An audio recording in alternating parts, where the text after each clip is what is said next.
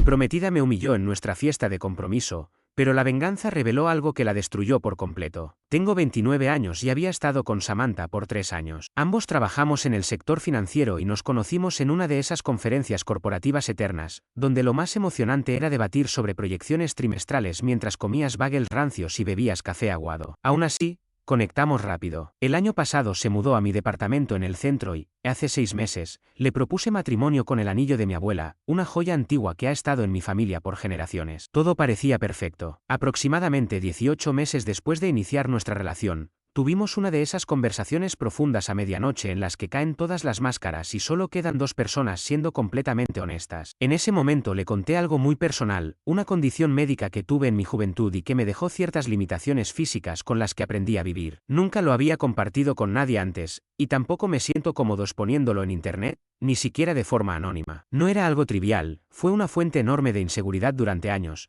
algo que afectó mi confianza y que me hacía dudar si alguna vez encontraría a alguien que me aceptara tal cual soy. Pasé mucho tiempo en terapia trabajando esa carga emocional, aprendiendo a convivir con mis limitaciones y a aceptarme. La reacción de Samantha fue todo lo que esperaba e incluso más: comprensión, apoyo, dulzura en los momentos justos. Me hizo sentir que nada cambiaba entre nosotros, que el verdadero amor consiste en aceptar a alguien por completo, con defectos y cicatrices incluidas. Aquella noche me abrazó y me susurró que me amaba exactamente como era, que la vulnerabilidad hacía reales las relaciones. Ese instante consolidó nuestra unión de una manera que nunca había experimentado, y creí que sobre esa base de confianza podíamos construir una vida juntos. Sin embargo, su familia resultó ser todo un desafío, especialmente para alguien como yo, acostumbrado a la franqueza. Su padre, Eduardo, era de esos hombres profundamente religiosos que llevan la fe como un escudo. Iban a la iglesia todos los domingos y miércoles, bendecían la mesa antes de cada comida y tenía una cita bíblica para cada situación. Parecía un hombre correcto, con principios sólidos, alguien dispuesto a darte la camisa si la necesitabas. Pero verlo interactuar con su esposa era doloroso. Ella controlaba absolutamente todo en su vida, desde la ropa que usaba para trabajar, hasta cómo pasaba su tiempo libre, con quién se relacionaba y hasta lo que ordenaba en un restaurante. Él solo asentía y decía: lo que tú digas, querida. Claudia, la madre, era otro nivel. Una de esas mujeres que sonríen dulcemente mientras te clavan el cuchillo por la espalda. Cada conversación con ella era un tablero de ajedrez donde siempre quería ganar. Tenía la habilidad de disfrazar los comentarios hirientes como consejos bien intencionados, dejando a la gente sintiéndose pequeña sin darse cuenta de inmediato. Siempre impecable, lista para opinar sin que nadie se lo pidiera, creyéndose la autoridad sobre cómo deberían vivir los demás. Yo pensaba que Samantha era distinta a su madre. En varias reuniones familiares la vi rodar los ojos ante las actitudes controladoras de Claudia. Creí que ella no había heredado eso. Me equivoqué. Planeé la cena de compromiso durante 3 semanas, cuidando cada detalle. No sería un encuentro cualquiera en un restaurante común. Reservé un salón privado en Meridians, uno de los lugares más exclusivos de la ciudad. Organicé los vuelos de Eduardo y Claudia desde Phoenix. Coordiné horarios con mi hermana Lucía y mi mejor amigo Héctor, gestioné el transporte y pedí al chef que preparara un menú especial con los platillos favoritos de Samantha. Incluso compré un traje Tom Ford nuevo porque quería que todo fuera perfecto. La inversión fue considerable, cerca de $8,000, pero valía la pena. Era un momento que debía recordarse para toda la vida. La noche comenzó tal como la imaginé. 20 personas elegantemente vestidas, sonrisas y un ambiente cargado de emoción. Eduardo hizo una oración sobre el matrimonio y la confianza, lo cual me pareció muy apropiado. Yo la miraba desde el otro lado de la mesa, sintiéndome afortunado por tener a mi lado a alguien que conocía mis secretos más profundos y aún así me amaba. Llegó el turno de los brindis. Eduardo habló primero con un discurso que me conmovió hasta las lágrimas, dándome la bienvenida a la familia y hablando del plan de Dios para unir a las personas correctas. Luego, Lucía tomó la palabra,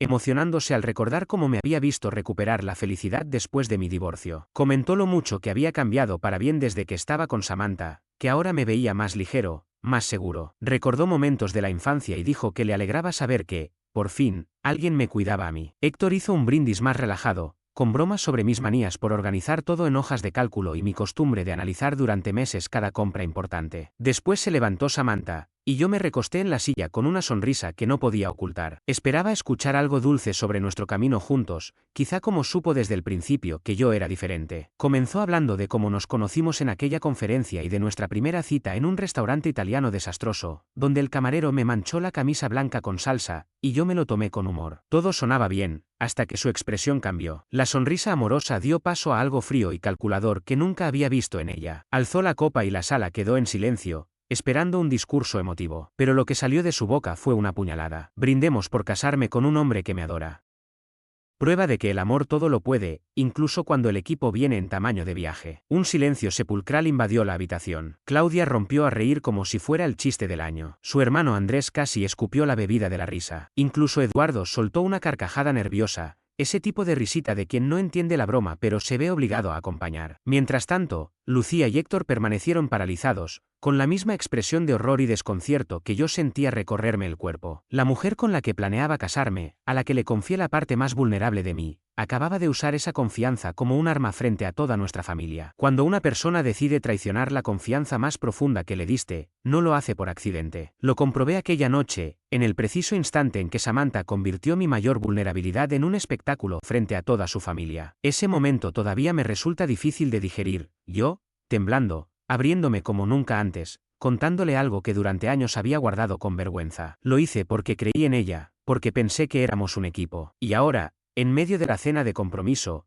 ella lo usaba para arrancar carcajadas. Lo peor no fue la humillación pública, sino la premeditación evidente. Eso no era un comentario torpe que se le escapó, había ensayado, lo había planeado, quizá hasta practicado frente a su madre. La sonrisa en su rostro lo decía todo. Estaba disfrutando de cada segundo de mi vergüenza. No grité, no lancé nada. No quise darle el privilegio de señalarme después como un tipo inestable. Simplemente me levanté despacio. Escuché cómo las risas morían a medida que los presentes notaban que algo andaba muy mal. Caminé alrededor de la mesa y me detuve frente a Samantha. Vi cómo esa sonrisa segura se desdibujaba cuando tomó conciencia de que yo no era el mismo hombre que había llegado a esa cena. Sin pronunciar una sola palabra, tomé su mano izquierda con cuidado y deslicé el anillo de compromiso, esa joya que perteneció a mi abuela durante generaciones. Después, con voz firme, clara, para que todos escucharan, dije, no lo mereces. Me di la vuelta y salí sin mirar atrás, ignorando sus gritos. Por favor, era solo una broma. No seas tan sensible. ¿A dónde vas? El camino de regreso a casa fue un torbellino de preguntas. ¿Alguna vez fue real lo nuestro? Cuando me abrazó aquella noche en que le conté mi condición,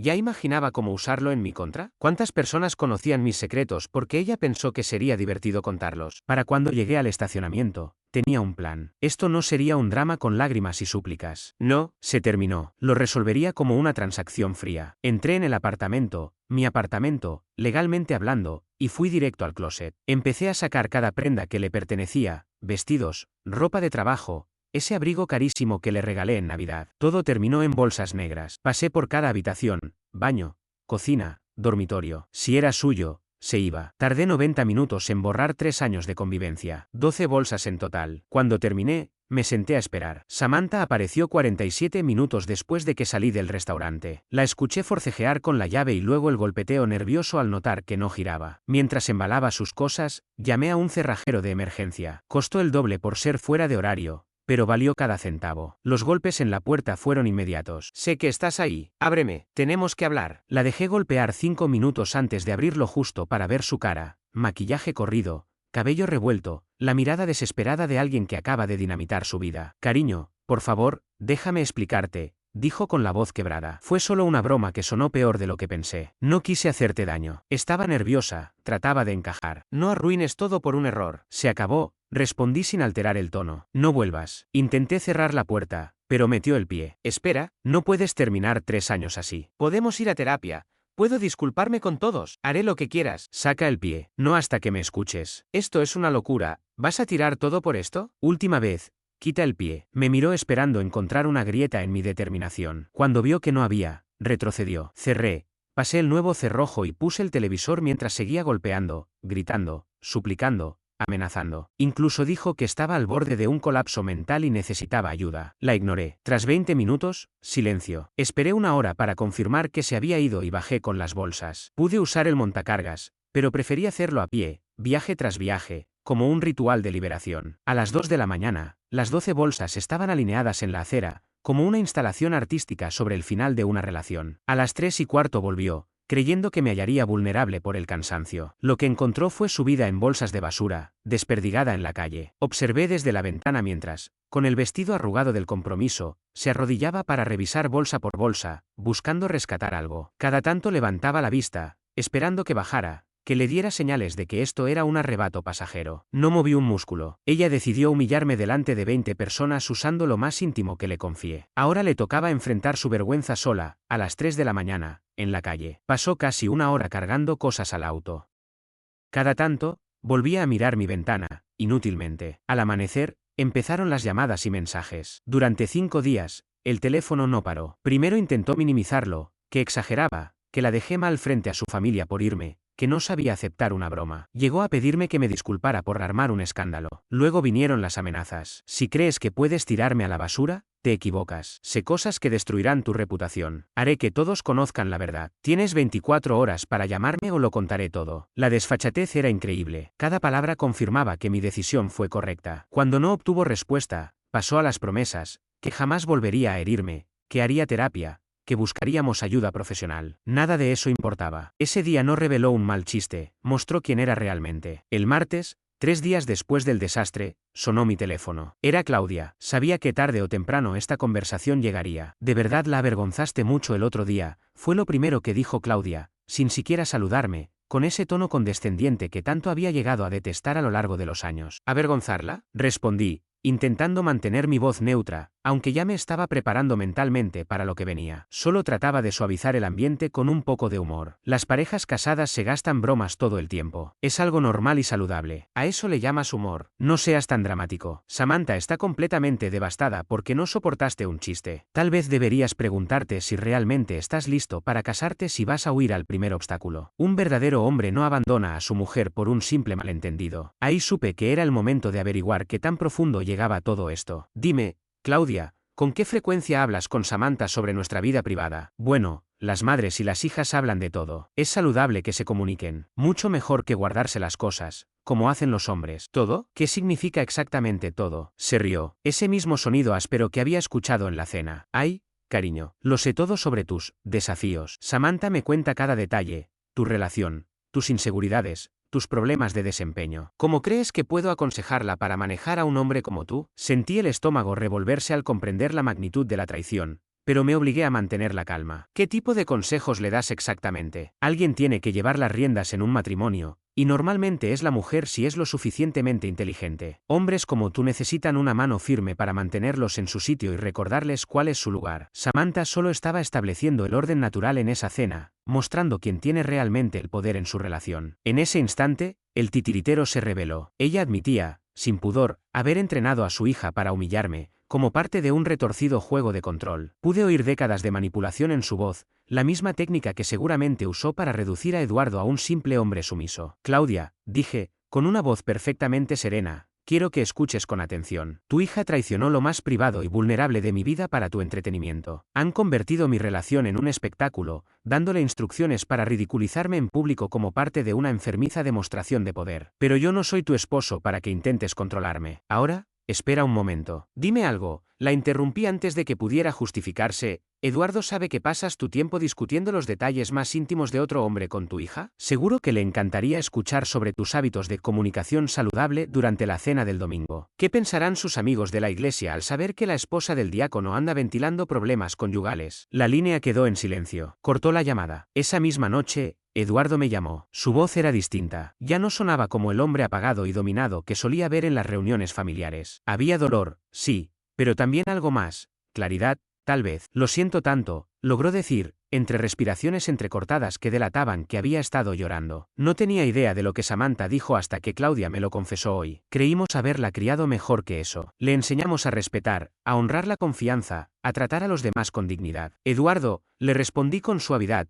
porque, a pesar de todo, siempre le tuve respeto al hombre que había detrás de esa actitud sumisa. ¿Pensaste que lo que dijo era gracioso? Hubo una larga pausa. Cuando volvió a hablar, su voz estaba cargada de vergüenza. No, Dios me perdone. Me reí porque todos lo hacían. Pensé que era una broma entre ustedes dos. Cuando entendí lo que en realidad había pasado, cuando supe lo que ella hizo, llevo 3 días enfermo del estómago. No he podido dormir. Te agradezco que llames, pero esto no es algo que pueda perdonar. Lo entiendo, dijo en voz baja. Solo quería que supieras que eso no es lo que somos. No la criamos para que fuera así. Claudia la ha estado influenciando más de lo que imaginaba. Estoy empezando a ver cosas que antes no veía. No quise indagar más. Lo respetaba demasiado para hurgar en sus heridas, pero pude percibir que, después de tantos años, por fin abría los ojos. Bien por él, pero yo ya no quería saber nada de esa familia. Después de esas llamadas, apagué el teléfono y comencé a reorganizar mi vida, eliminando toda esa toxicidad de mi entorno. Pasaron 3 meses que se sintieron como otra existencia. Me volqué al trabajo con una concentración renovada. Regresé al gimnasio con disciplina y hasta empecé a salir de nuevo, con cautela, solo para probar si podía volver a confiar en alguien, aunque fuera en lo básico. Creí que la pesadilla había quedado atrás, archivada como una lección costosa sobre confiar en la persona equivocada. Pero entonces llegaron los susurros en la oficina. Al principio fue sutil, como siempre ocurre con el chisme. Conversaciones que se cortaban cuando yo entraba, miradas cómplices en las reuniones. Esa tensión incómoda que indica que todos saben algo que tú no. Pensé que era paranoia, una secuela de todo lo vivido. Pero los indicios se hicieron imposibles de ignorar cuando la gente empezó a tratarme distinto. No hostilidad, exactamente, sino una mezcla de lástima y diversión que me revolvía el estómago. Finalmente, Daniel, del departamento de TI, me abordó a la hora del almuerzo con la pregunta que temía. Amigo, ¿es cierto lo que están diciendo sobre tu situación? Las palabras me golpearon como un puño. ¿De dónde sacaste eso? Está por todas partes. Brett lo anda contando a quien quiera escucharlo. Dice que su nueva novia le dio todos los detalles, cosas muy personales. No quería creerlo, pero tenía sentido. Brett Matthews, ruidoso, engreído, el típico tipo que usa la información ajena como moneda para ganar estatus social. Nunca tuvo una idea original, pero podía repetir un chisme palabra por palabra. Y, al parecer, estaba saliendo con Samantha. Ahora, la violación era doblemente cruel. Había llevado mis secretos a alguien cuya personalidad entera giraba en torno a esparcir rumores, alguien que inevitablemente convertiría mi dolor privado en entretenimiento para la oficina. Era como si hubiera diseñado un plan para arruinar no solo mi vida personal, sino también mi reputación profesional. Al día siguiente, lo enfrenté. Lo acorralé junto a la máquina de café, justo cuando se pavoneaba con su habitual grupo de parásitos que vivían del drama ajeno. Tenemos que hablar, le solté, dejando claro lo serio que estaba. Me miró con esa expresión arrogante de quien cree tener todas las cartas. Oye, hombre, yo solo comparto lo que me cuentan. Si tienes problemas con, ya sabes, tu equipo, quizá no deberías andar contándolo. No es mi culpa. La crueldad casual en su tono era exactamente lo que esperaba de alguien como él. Brett, dije con calma helada, voy a decir esto una sola vez, y más vale que escuches con atención. Deja de divulgar información personal sobre mí o esto se convertirá en un problema legal, le advertí con firmeza. Él se rió. Ese sonido hueco que confirmaba todo lo que sospechaba sobre su carácter. Relájate, hombre. Samantha me cuenta todo acerca de ti. No me culpes por compartir historias divertidas con los muchachos. Tal vez si fueras más hombre, no habría tanto de qué reírse. Sentí como mis manos se cerraban en puños. Por un instante imaginé estrellar su cara contra la máquina de café. El descaro en su mirada, la manera casual en que intentaba destruir mi reputación, todo me hervía por dentro. Me contuve con todas mis fuerzas para no tomarlo del cuello frente a todos. Sabía que un escándalo solo le daría más armas para hundirme. Así que respiré hondo, retrocedí un paso, lo miré fijamente y le dije, ya veremos quién se ríe cuando mi abogada termine contigo. Esa misma noche llamé a mi abogada, una profesional con la que había trabajado antes para revisar contratos, especialista en derecho laboral y litigios personales. Le expliqué la situación con lujo de detalle, el acoso, el daño a mi reputación profesional y la evidente intención de causarme angustia emocional. Fue clara pero empática. Podemos proceder por acoso y difamación, dijo. El hecho de que involucren información íntima compartida en confianza fortalece el caso. Recomiendo iniciar con órdenes de restricción para dejar constancia legal. Luego escalaremos. No voy a mentir, esa noche me sentí devastado. Más por haber permitido que alguien tan tóxico como Samantha entrara en mi vida que por la humillación en sí. Recordar que compartí algo tan personal con ella me revolvía el estómago. Para el viernes en la tarde, tanto Brett como Samantha recibieron sus órdenes de restricción en sus lugares de trabajo. El documento citaba acoso, difamación, daño emocional deliberado e interferencia en mis relaciones laborales. Me aseguré de que la entrega fuera pública y lo más incómoda posible, para causarles el mayor impacto. Esa misma noche, Samantha me llamó desde un número desconocido. Su voz sonaba entre rabia y pánico. Por fin parecía comprender las consecuencias de sus actos. «Estás arruinando mi vida», gritó. Brett me dejó porque no quiere problemas legales. ¿Puedo perder mi trabajo por esto? Todo porque no sabes aceptar una broma. Escuché su berrinche durante 30 segundos, dejando que se hundiera sola con sus palabras antes de cortarla en seco. «Aléjate de mí. Deja de hablar de mi vida privada o las acciones legales irán más lejos. Es tu última advertencia». Colgué y bloqueé ese número también. No iba a seguir perdiendo energía con alguien tan desequilibrada. Era momento de dejar que los abogados abogados se encargaran. 7 días después, exactamente una semana desde que recibieron las órdenes, estaba almorzando en mi escritorio cuando llegó un mensaje de vídeo desde un número desconocido. Creí que podía ser algo laboral y lo abrí sin revisar el remitente. El primer cuadro mostraba el rostro de Samantha, enrojecido y jadeando, lo que me hizo entender de inmediato que estaba por ver. La cámara se alejó y confirmó lo obvio, estaba con Brett, en lo que parecía su apartamento barato. El vídeo duraba 2 minutos, pero cada segundo me revolvía más el estómago. No por lo gráfico de la escena, sino por lo que se escuchaba y la intención detrás. Ella miraba a la cámara varias veces, plenamente consciente de que grababan y actuando para mí. Al final, mientras seguía con Brett, miró directo al lente y pronunció mi nombre, seguido de una frase que destilaba veneno. Así se siente estar con un hombre de verdad. Lástima que tú nunca lo sabrás. La malicia me dejó sin aliento. Me quedé mirando la pantalla, sintiendo un nivel de asco y traición que nunca había experimentado. Esa era la mujer con la que planeaba casarme, a quien confié mis sueños y miedos, quien conocía mis vulnerabilidades, y las utilizó con precisión quirúrgica para destruirme. Pensé en ir a la policía. Crear y enviar material explícito para acosar a alguien viola varias leyes estatales y federales. Pero mientras evaluaba mis opciones, recordé las palabras de Eduardo en nuestra última conversación. El dolor en la voz de un padre al aceptar que su hija se había convertido en alguien irreconocible. También pensé en Claudia, con su actitud arrogante, admitiendo que había orquestado la humillación pública como parte de un juego de poder enfermo. Ese vídeo podía acabar con ambas, pero de formas distintas. Eduardo quedaría destrozado al ver en qué se había convertido su hija, y Claudia perdería todo lo que tanto valoraba, la posición social, la comunidad religiosa que la idolatraba y el estilo de vida cómodo que Eduardo le había dado. Quizás fui extremo, pero tomé fragmentos estratégicos del vídeo. Nada explícito que me comprometiera legalmente, solo lo necesario para mostrar la situación y captar el audio de la frase final de Samantha. Luego, desde computadoras públicas, creé correos anónimos y envié los clips a Eduardo, a Claudia, a Andrés y a varias amigas cercanas de Samantha. La reacción fue más rápida y devastadora de lo que imaginé. Eduardo me llamó a las 6 de la mañana siguiente. Jamás había escuchado a un ser humano sonar tan roto, tan destruido por lo que había descubierto. ¿En qué se convirtió?, susurró entre lágrimas. ¿Cómo criamos a alguien capaz de tanta crueldad? ¿Dónde fallamos? Entre sollozos, me confesó que no había dormido en toda la noche. No solo por lo que mostraba el vídeo, sino porque confirmaba lo que temía desde hacía tiempo, que Claudia había sido una influencia tóxica durante décadas, minando su autoridad,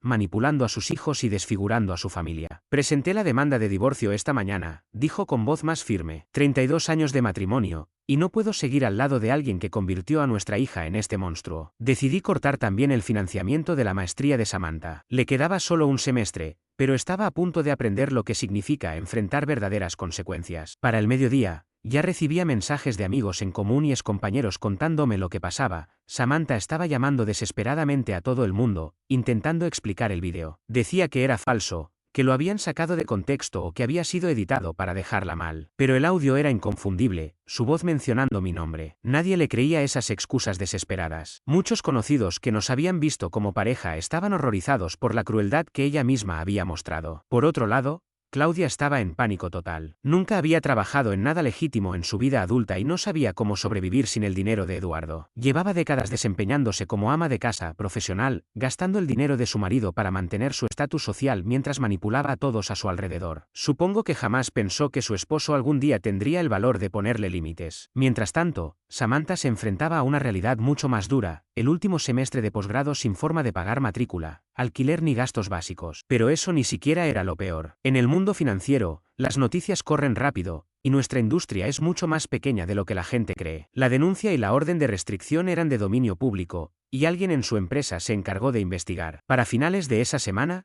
la despidieron discretamente de su pasantía. Resulta que a las firmas financieras no les gusta tener empleados involucrados en dramas legales, y menos si se trata de acoso o difamación. Sin esa práctica, sus posibilidades de conseguir un buen empleo después de graduarse prácticamente se evaporaron. Las compañías financieras hacen verificaciones exhaustivas, y tener ese tipo de antecedentes es veneno para cualquier carrera. Al final, Samantha terminó pidiendo préstamos estudiantiles de emergencia y trabajando medio tiempo en una cafetería del centro. Y no fue la única que pagó caro. Brett también sintió las consecuencias en la oficina. La gerencia llevaba tiempo buscando un motivo para despedirlo. Su costumbre de difundir chismes y su falta de profesionalismo le habían creado demasiados enemigos. La orden judicial les dio la excusa perfecta. Lo llamaron a recursos humanos un viernes por la tarde y el lunes ya no regresó. Por lo que escuché, Lo despidieron por crear un ambiente laboral hostil, además de algunos problemas de rendimiento que llevaban tiempo documentando. Una semana después, me lo crucé en una gasolinera cerca del trabajo. Parecía haber envejecido 5 años, barba descuidada, ropa arrugada y esa mirada derrotada que tienen quienes sienten que todo su mundo se derrumbó. Me vio,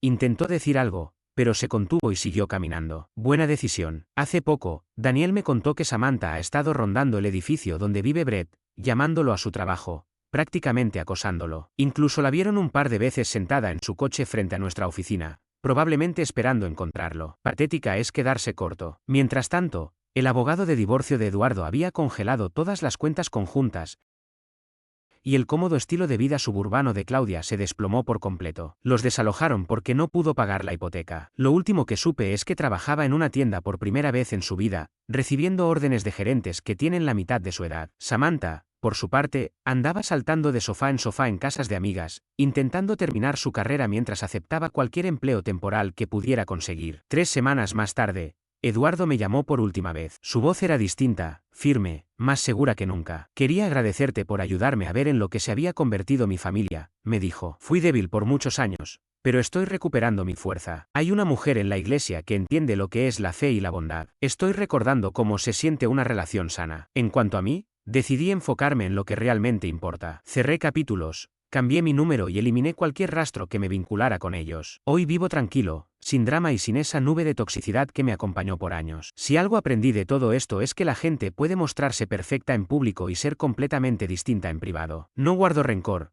pero tampoco olvido. Las lecciones más duras se aprenden cuando alguien te rompe la confianza. Si me preguntan si volvería a hacer lo mismo, la respuesta es sí, sin dudarlo. No para vengarme, sino para recuperar mi paz. Al final, ellos eligieron sus acciones, yo solo les mostré el espejo. Y por cierto, el anillo de mi abuela sigue conmigo. No está esperando a alguien que lo merezca, está guardado como un recordatorio. Jamás entregaré algo tan valioso a alguien que no sepa cuidarlo.